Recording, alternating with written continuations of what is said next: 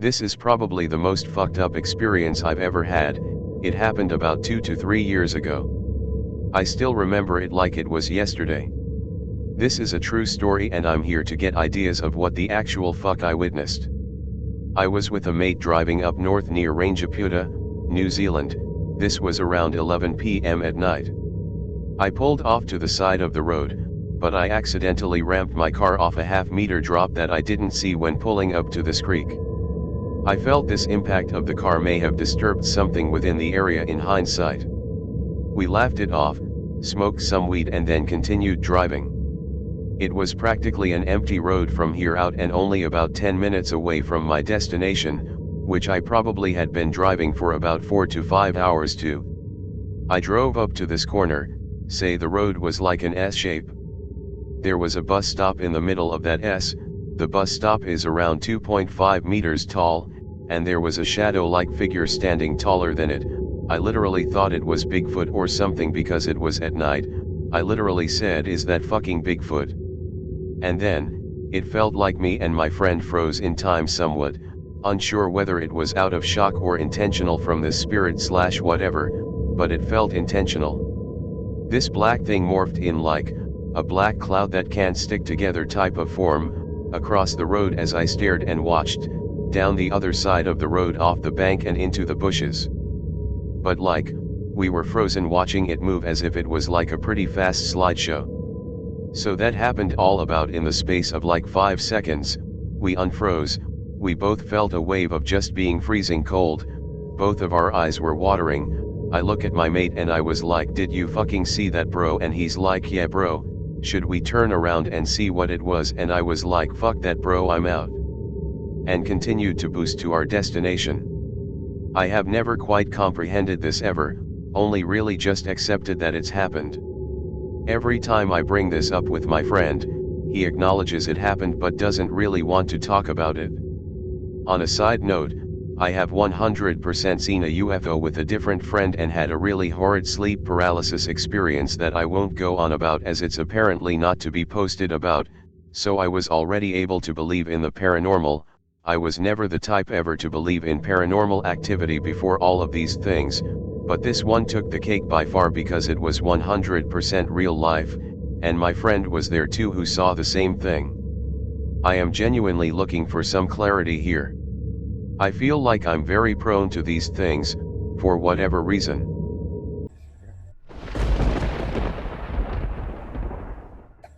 I bought my first house in 2003, and was over the moon.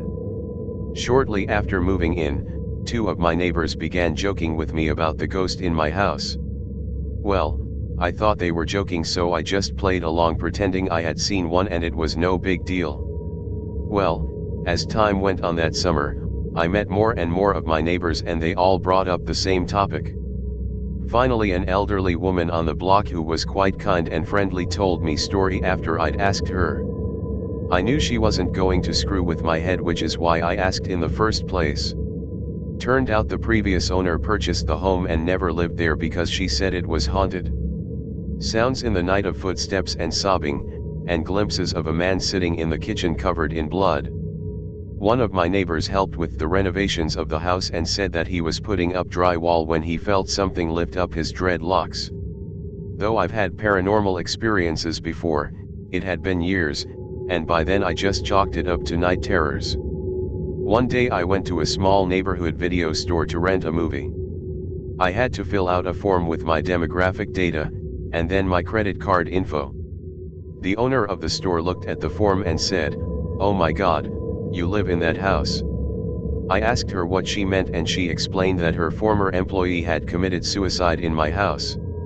She came to the house as soon as she'd heard, but the house had been taped off by police as a potential crime scene.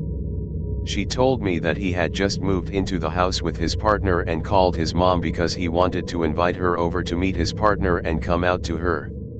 This was in the early 90s when being gay was a big deal. His mother already knew he was gay, because he bought a house with a man and disowned him right over the phone. That same week he received a letter from an HIV testing center stating he had tested positive for HIV. This is when HIV was a death sentence. He then sat at the kitchen table, ate a bowl of cereal, and shot himself in the head with a revolver. Since then, she has had multiple paranormal experiences in the store, with videos flying off shelves and even levitating off shelves. The most I have experienced is sounds at night, sounds of Cheerios being poured into a bowl, I don't eat cereal, and sounds of sobbing in the kitchen. I often awaken to both. I remember my grandmother saying, when the dead come to you, they want something, perform an act of charity in their name and pray for them. So I did. I sat down at the kitchen table one night, and lit a candle and told him that each night I would recite a novena prayer for him before a lit candle. On the 9th night of the first novena to St. Anthony, patron saint of lost souls, I heard uncontrollable sobbing. I felt a strong presence of grief and despair and the sound of hyperventilating breathing, as though someone could not catch their breath. I sat in the presence of this knowing it was not malignant, but rather a connection of intimacy and compassion of which he was in need. For 45 days I said a novena prayer before a lit candle for his soul, and had a mass said in his name. A few times I had awakened to feel his presence standing over my bed, but knew it was not a malignant presence. This still happens from time to time, but less and less frequently.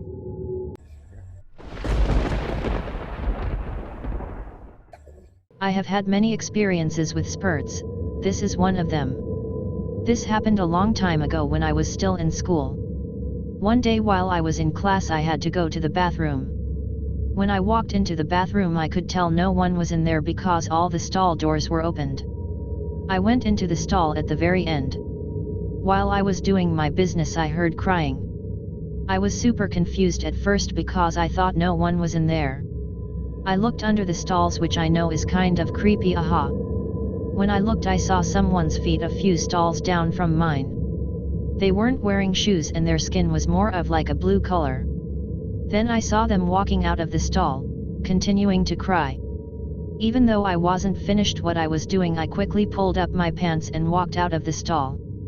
Mostly because I was scared, but I also wanted to make sure that person was okay. When I got out of the stall no one was there. I know no one left or came in because the door to the bathroom is very squeaky and loud. I was so scared that I couldn't even go back into the stall to finish. I quickly washed my hands and left. In my school there is a locker that has a memorial on it of someone who died. To this day I still wonder if that was the same person I saw in the bathroom or someone else. I still wonder what that spirit was crying about and genuinely hope they are okay and have moved on.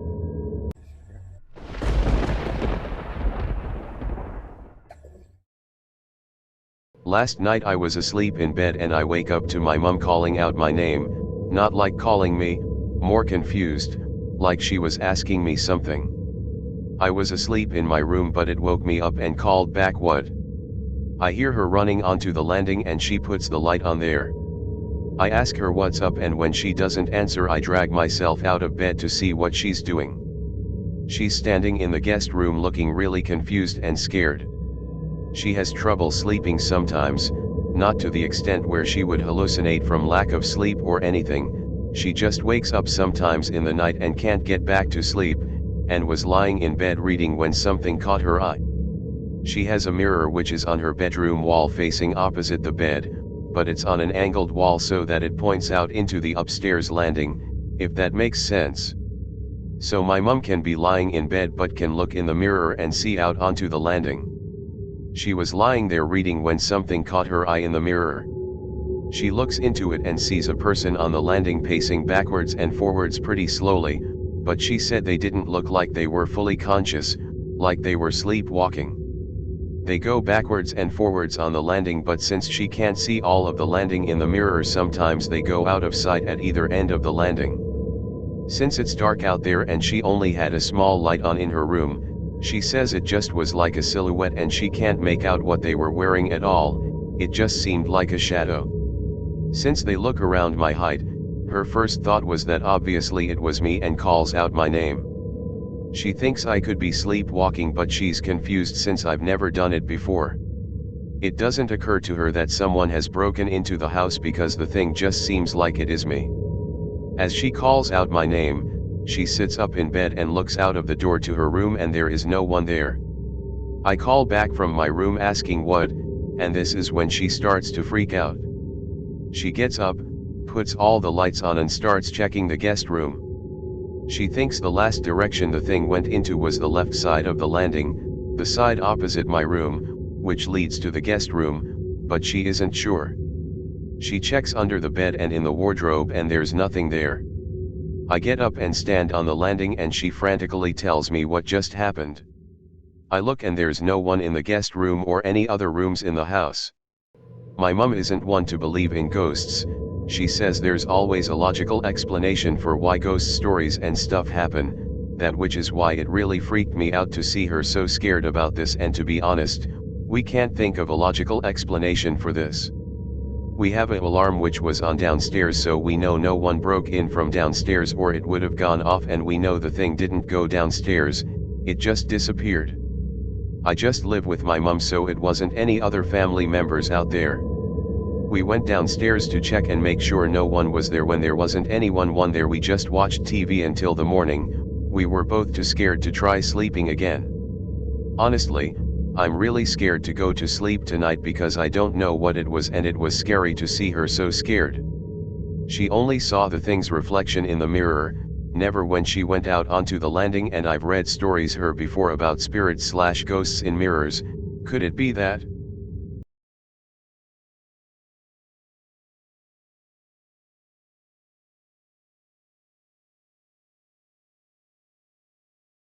First of all, I have just recently moved houses.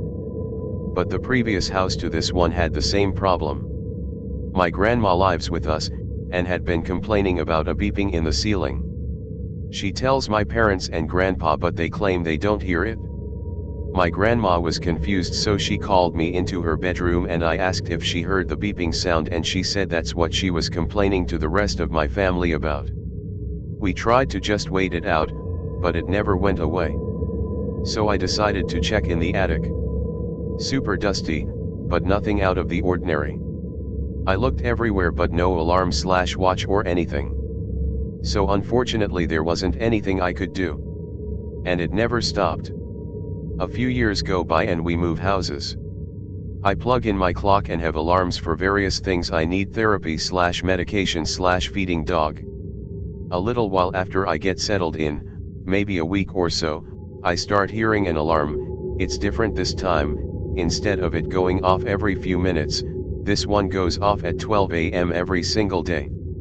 At first I thought it was my alarm clock, since when you reset a clock like this it automatically sets a 12 a.m. alarm. But I checked to see if there had been one set, but there was not one, and the time was still correct. Just recently has the clock time started changing. Maybe a month it's been happening. The alarm still goes off at 12 a.m. I used to change back the time to be the correct time, but I don't anymore because it just goes back. Currently, the minutes in the clock are correct but not the hour. Not only this, but there have been random times that have an alarm on my phone, usually set during the night to wake my dog and I up. These alarms I do delete though. Not really scary, just a little frustrating sometimes, haha.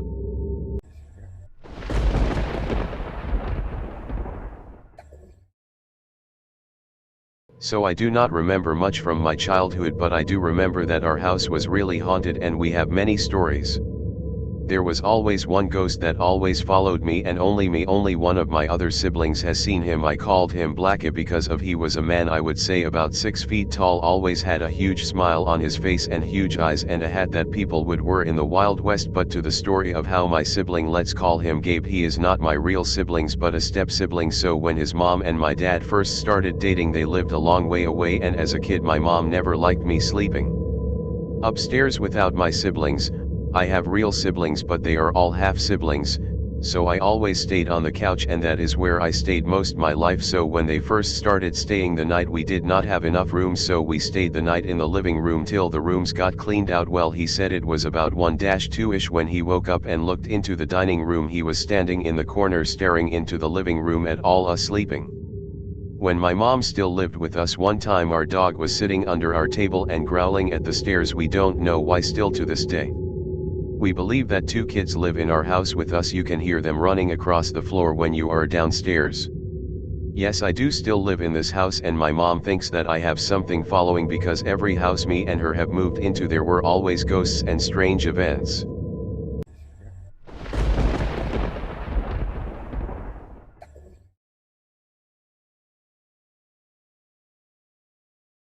I'm watching a documentary on Ed and Lorraine Warren, the Og Ghost Hunters, and it brought me back to my personal experience with the paranormal. Back in late 2012, I met this girl on POF. After talking for a while, she invited me over to her place. She lived in this gated community off of Rancho and 95, older community here in Las Vegas. I'll never forget being amazed at how beautiful the house was. It literally looked like a plantation home from New Orleans. She invited me in, and we went up to her room. I sat down in a chair adjacent to her bed, she sat on her bed, the lights were on, and we talked. During our conversation I noticed absolutely nothing out of the ordinary about her bed. With my intentions of getting intimate, I suggested we watch a scary movie. My signature move. We started the movie Carrie. Soon enough we began to hook up. As I laid on my back, and her on top, I watched her face, and I'll never forget the moment she opened her eyes, looked down and legit screamed, "Oh my God, are you bleeding?" I got up and looked at the pillow my head was on, and it was soaked in what appeared to be blood. We jumped up, turned on the light, and literally saw no blood. On my head, on hers, anywhere. And no, she wasn't bleeding down there. Needless to say, it killed the mood. We said our goodbyes and I left. A few weeks later, it was Thanksgiving night to be exact, I sent her one of those late night WID texts, to which she replied working. She was a bartender at this place called Hot Shots, and was there alone, and asked if I wanted to keep her company, to which I replied day. When I got there she had to ring me in since it was after hours. I sat at the bar, and she stood behind it cleaning. There were strands of Christmas lights stapled to the wood trim above the bar that hung down. As I'm sitting there watching her, the vision in my right eye, specifically the top right corner, was blurred. I thought it was my contact drying out, so I rubbed my eye. When I looked back, the section of lights where my vision was just blurred began to sway. We both stopped our conversation and looked at this section of lights moving. I said to her, I don't want to sound crazy, but exactly where those lights are moving, my vision was blurred. She said, then I have to tell you something. There's something that has been following me since I was a little girl. I got super excited because I am a freak for anything horror/occult, so I asked her to tell me more.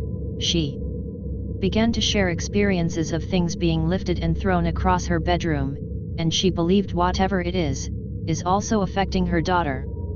The scariest part was, and even sends chills down my spine right now in this moment, is, she said when she's by herself in the bar, she would look up and see the billiard lights above the pool table swinging back and forth by themselves, and literally just as she said that, the section of lights that were swaying earlier were tugged down completely. She jumped and immediately told me she could no longer talk about it. I left that night reflecting on the night we hooked up, and that bloody pillowcase. What if it was a warning from that spirit/entity telling me to leave her alone? We never talked again after that. But I am super grateful for having had those experiences.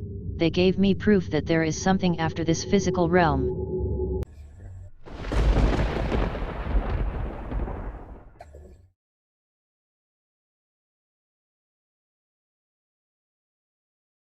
When I was younger, my family rented an old house that we lived in until I was 5. At this point, it's quite hard for me to remember much from that time since I was so young. There are a handful of things that I've been told that happened, mostly having to do with me at that house, so I decided to finally share some. My father told me that when I was very young, before I could even walk, I would sit on the living room floor and just stare at something. My eyes would follow something that he couldn't see until one day he went to go get me my bottle and left me in the living room with the raccoon toy. As he rounded the corner from the hall into the living room, he saw me staring at a glowing ball. It was just floating there and then disappeared. Another time, I was maybe 1 or 2 and my older sister was playing with one of her friends. I was in one of those rolling baby walkers just doing whatever. My sister and her friend were playing with a ball even though my mom and dad had told her to take the ball outside to throw it around. One of them threw the ball and missed. The ball slammed into a glass ceiling light and smashed it. I happened to be under that light. You'd think that the shards of glass would hit me somewhere, but it didn't. Even the tray of the walker was clear of glass. It had completely avoided me. My father believes it was the same thing that caused the glowing ball of light. My father is a firm believer in ghosts, having many experiences that are not easily explainable. He is insistent that the house had someone or something in it. A few of his experiences were seeing a shadow in the window in the basement when he was doing laundry. It wasn't a shadow of feet or something that could have been human since that window was close to the ground, it was a man's head and shoulders. Another one of the weird things about that house was that my father would smell cherry tobacco smoke in the stairway. Both of my parents smoked at that time, but neither of them used cherry tobacco. We moved out of that house when I was 5 and of course moved into a house that was built in the 1800s. Scary place, I won't lie, but it was home. The basement of the place was dirt with a set of boarded up stairs that I never learned where they led to. Next to those stairs was a door that led to another dirt room with one window. I was terrified of that basement. I didn't learn how to do laundry for a long time because of it. Even before anything happened in that house, it gave me a weird vibe. My mother and sister would always joke about the children in the walls. I thought they were just joking around and trying to scare me. It was only later that they told me that they would hear sounds like children playing from the walls, but once they talked about it, it stopped. Great. Totally not scary at all, nope. Not to mention the number of bats that could just break into the attic whenever they pleased. I only remember one experience from that house, there may have been more but my memory has really gone out the window. I was alone in those big old house, my mom and dad were at work and my sister was at a Halloween party. It was close to 9 p.m, and I was sitting on the couch in the living room watching some videos on my computer. Just to give a quick picture, the living room was large and I can only remember the couch and the TV. The couch was up against the wall and across from the side of the couch was a window. My sister's door was in the living room as well as the stairs up to my room as well as my parents' room. In the winter I would sleep on the floor in my sister's room since we didn't have heating and it got ungodly cold upstairs. So I wasn't paying attention, drawn in by whatever I was watching until I heard a noise that made me look up. It was a soft tapping on the window across from me. When I looked up, there was something in the window, a shadow of a head and shoulders. Something in my mind told me it was a young boy, don't know why. I know it wasn't the reflection of my head in the window because it would have been lit up by the computer screen. Something made me unable to move, either fear or just the difficulty of processing what was happening. It couldn't have been a person, that window was at least 10 feet off the ground, honestly glad it wasn't a person. When I finally got the ability to move, I bolted into my sister's room and stayed there until someone came home. I don't think I told anyone for a while until my mom and sister told me about the noises from the walls. We have since moved out and nothing creepy has happened at the places I've lived since then.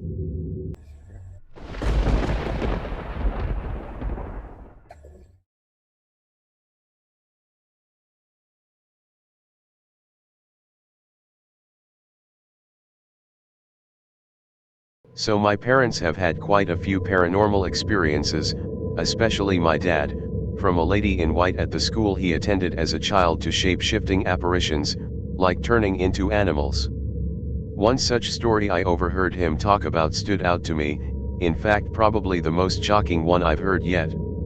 Given it covers a couple of related scenarios, this post will be a bit long. So a little bit of backstory, although I'm not 100% sure on the details so things might be vague here and there.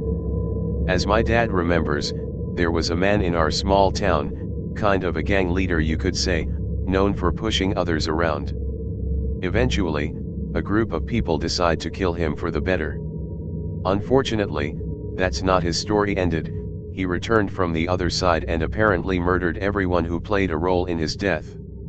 In fact, his spirit was so cocky that he would appear to the family of a victim as a warning and declare, "That guy who killed me. Wait and watch as I kill him in the next few days." And the poor soul passed away, just as the spirit claimed. This guy even possessed my dad once.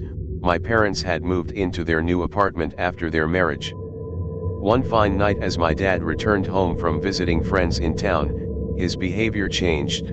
He started acting pretty rude, demanding food, specifically mutton curry and bread, and cigs of a specific brand, even though my dad isn't a smoker.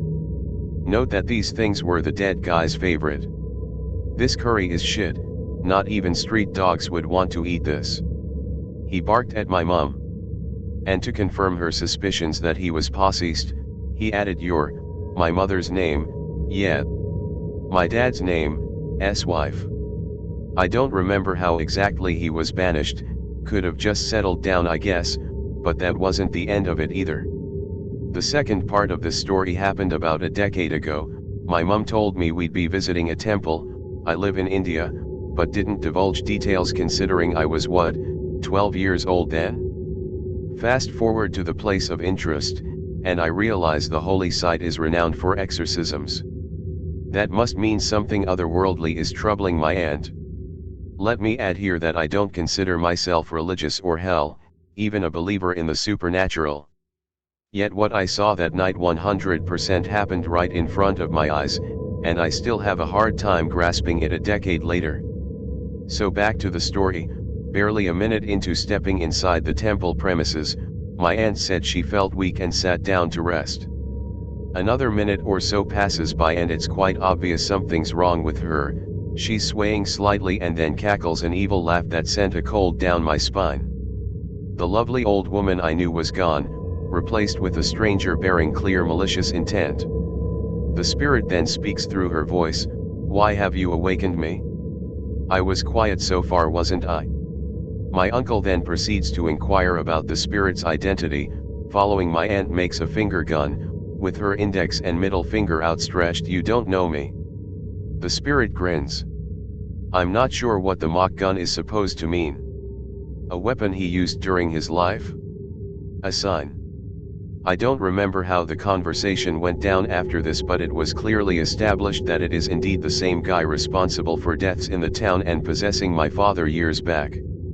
Once the prayers began, my aunt writhed in agony, clearly in pain, and the evil parasite clinging to her begged for them to stop, that he wouldn't trouble them again. Once the procedure was over, my aunt was visibly drained of energy. She was a bit pale, and needed 2 people to prop her up and take her back to the car. As for how her situation is now, I've heard he still is attached to her but not aware of having caused any further complications. But that's the gist of it.